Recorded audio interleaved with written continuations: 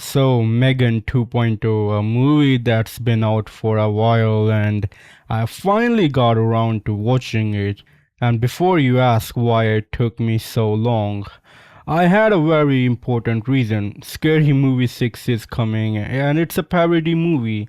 And I refuse to walk into a parody movie without doing my homework first. Also, I just genuinely like horror movies, so here we are.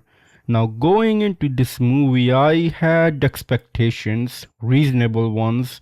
The first M3GAN was a solid horror thriller. Creepy AI doll decides that protecting the kid she was assigned to means, murdering literally everyone in the vicinity. I liked the first movie. It knew what it was and it committed to it. So naturally, I sat down for M3GAN 2.0, fully prepared for more of that energy. More horror and more unsettling robot child doing unsettling robot child things in dimly lit hallways. I had my snacks and I had my blanket and I was ready to be mildly uncomfortable for 2 hours, which might I say is a bit long for this movie, but hey, what I got instead was an action comedy. I'm not joking, I wish I was, but I'm not joking. I sat there for the first 20 minutes waiting for the horror to kick in, and slowly, very slowly, it dawned on me that it was not coming at all. The horror was not coming. The movie had moved on without me, and I was standing there at the door waiting for a party that was cancelled. And look, before I keep going, I want to give credit where credit is due because Jeremy Hans made a comparison that I think is genuinely spot on. And I'm going to steal it right now with full transparency. The M3GAN movies are basically doing what the Terminator movies did, and hear me out because this actually makes sense. The first Terminator is a horror thriller. Relentless killing machine is hunting you down and there is nothing, absolutely nothing that you can do about it. It's terrifying and it's bleak. You are just a person trying to survive something that does not get tired, does not feel pain, and does not ever stop. Then the second Terminator comes along and flips the entire thing on its head. Now he's on your side, and now it's an action adventure movie. Now he's riding motorcycles and protecting kids and saying hasta la vista baby. Complete tonal shift. Different movie, different energy entirely, and yet people loved it. One of the greatest sequels of all time, people say. M3GAN did the exact same playbook. The first movie, rogue AI murdering her way through anyone who inconveniences her favorite child. The second movie, she's a good guy now. She's on our team. She's fighting an even bigger and badder robot because apparently the sequel rule is that your villain gets promoted to sidekick, and then you import a worse villain to fill in the vacancy. Hollywood has been running this formula for decades, and honestly, I understand why. Because it works, annoying as it is to admit, but I guess it works. And here's the thing that genuinely surprised me about my reaction watching this. The shift is jarring, it's absolutely jarring. You go from a horror thriller to this, and your brain needs a second to recalibrate.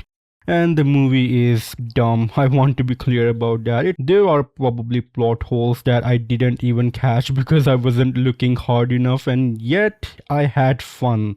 I actually had fun watching this movie, and I cannot give you a fully logical explanation for why. I didn't sit there with my arms crossed and going like, this isn't a horror movie, therefore it's bad and I'm morally obligated to hate it.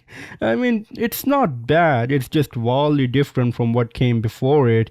Different is not automatically bad, it's just very different, very different, and but not bad.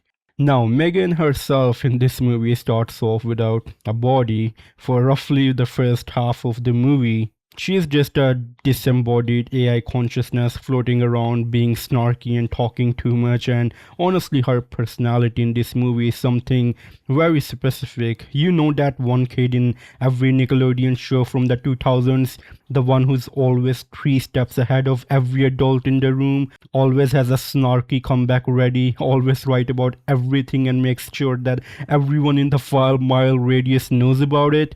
Yeah, slightly insufferable, but somehow you still like that personality. That is M3GAN in this movie.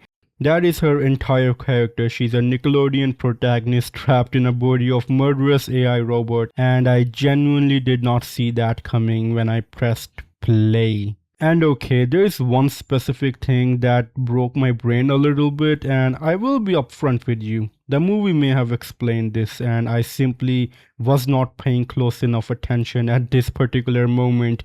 My attention is not always fully present, it always wanders and does its own thing. I've made peace with it, you just roll with it as well. But here's what confused me about this movie. Gemma created M3GAN independently, right? This is the entire foundation of the first movie. She built this thing herself in her lab, her project, her creation. Cool, we get it. But then in this movie, the government also built a robot. Fine. The government loves building robots in movies, that's normal, but somehow, both robots have the same AI installed in them. The same AI, despite being created decades apart by completely different people with completely different resources and intentions and presumably different coffee budgets. I don't know how that it works. I genuinely do not know how to categorize that. Is that a plot hole? Is that a plot point I dozed off during? Is it something the movie explained in a throwaway line while I was checking my phone or something? If you watch this movie, you actually have an answer for this. Drop it in the comments, and I'm asking sincerely. I want to understand that. Anyway, M3GAN 2.0, not what I expected. It's not horror, somehow still entertaining against my better judgment. If you go in expecting the first movie, you will have a bad time. If you go in expecting a dumb, fun action movie with a snarky, disembodied robot who eventually gets a body and starts punching things, you will have a perfectly decent time. It's just a matter of adjusting your expectations accordingly, and you might actually walk away enjoying it. Well, that's all I have. Let me know your thoughts in the comments down below, and as always, it's time for a goodbye.